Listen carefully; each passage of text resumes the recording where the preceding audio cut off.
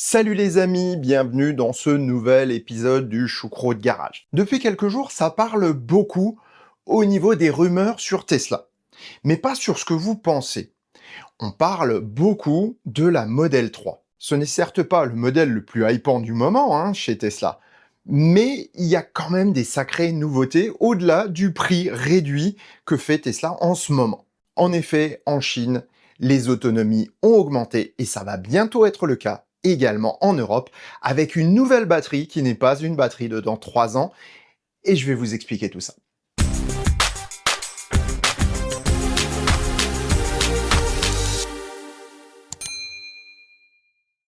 Si ça te plaît, mets un pouce et commente. Si ça te plaît beaucoup, abonne-toi, ce serait dommage de rater les prochains épisodes.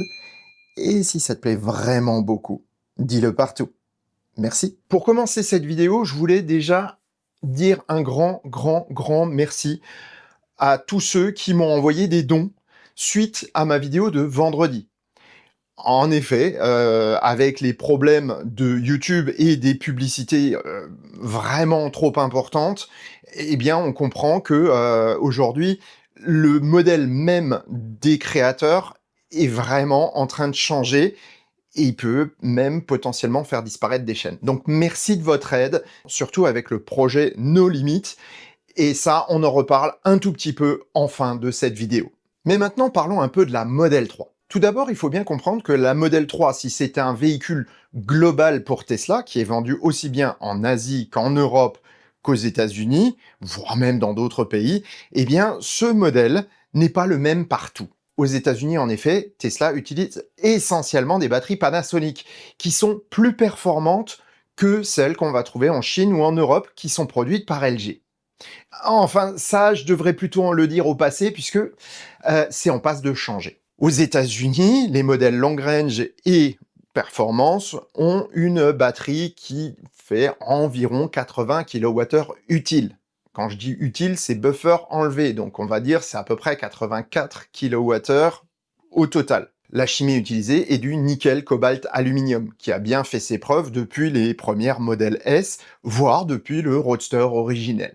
En Chine et en Europe, Tesla utilise des batteries LG pour les long range, et des CATL pour les standard range en lithium fer phosphate. C'est la Chine qui produit les batteries pour les modèles européens, même si les modèles Y sont construits à Berlin. Il y a quelques jours, Tesla a annoncé une augmentation de la capacité de batterie à 84,7 kWh pour la Model 3.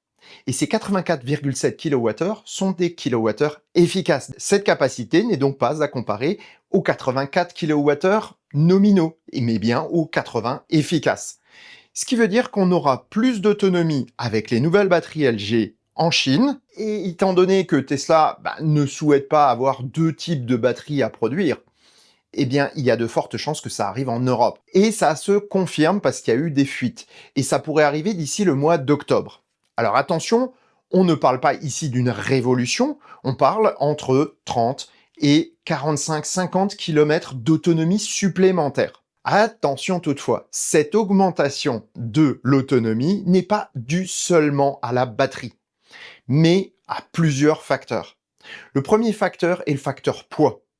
La nouvelle batterie est 8 kg plus légère que l'ancienne, malgré le fait qu'elle contienne plus d'énergie. Et ça, c'est réalisé grâce à une modification de la chimie, et on est toujours, par contre, en nickel, manganèse, cobalt. Personnellement, je pense que c'est au niveau de l'anode que ça se passe, donc à savoir la partie où il y a du graphite et du silicium. En augmentant la quantité de silicium dans une batterie, eh bien, on peut augmenter sa capacité. En revanche, dès qu'on augmente la quantité de silicium, on va avoir une durabilité plus faible. Et je pense que c'est là vraiment l'évolution qu'a fait LG, c'est de pouvoir augmenter le taux de silicium sans perdre en durée de vie. Maintenant, qu'est-ce qui rend cette évolution complètement différente des batteries de dans 3 ans? Depuis que la voiture électrique a touché le grand public, eh bien, on a toutes les semaines des annonces de batteries dans 3 ans. La révolution, les 1500 km, 2000 km d'autonomie, bref, on nous promet plein de choses et aucune n'arrive. Si on regarde bien, le graphène, les batteries solides, tout ça c'est bien beau, c'est de la recherche fondamentale, Mais tout ce qui est applicable à la cellule ne l'est pas opaque. Et quand on va intégrer tout cela dans un écosystème de production, eh bien, on se rend compte que les évolutions seront beaucoup plus lentes que ce que veulent nous faire croire ces vendeurs de rêves. Alors bien sûr, ça fait les choux gras de la presse, mais au final, qu'est-ce qu'il y a de concret?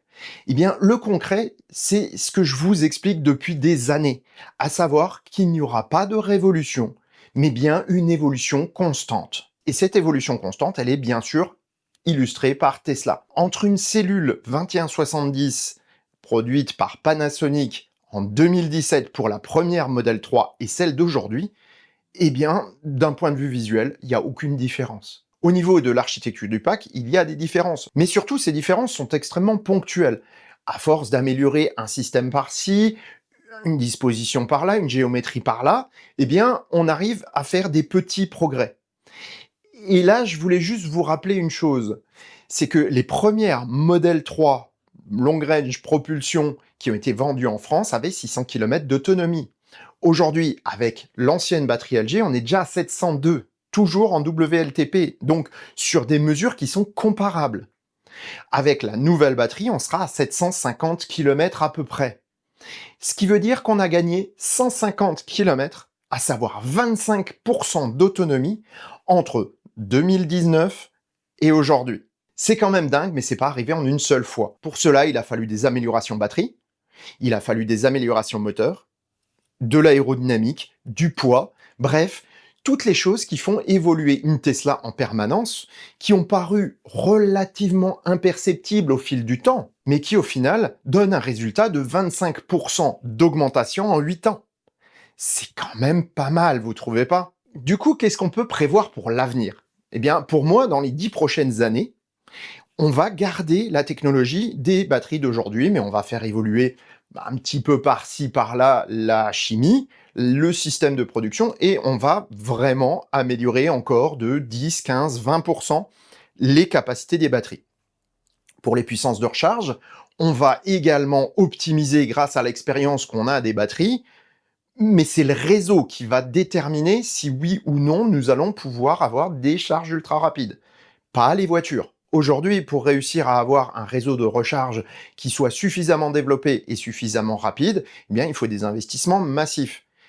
Et clairement, lorsqu'on part de 400 volts sur un poste de transformation réseau et qu'il faut monter à 800 ou à 1000 volts, eh bien, ça coûte plus cher que d'installer un réseau 400 volts. D'où ma préférence personnelle d'un point de vue pratique pour les bornes 400 volts et pour les architectures 400 volts dans les voitures.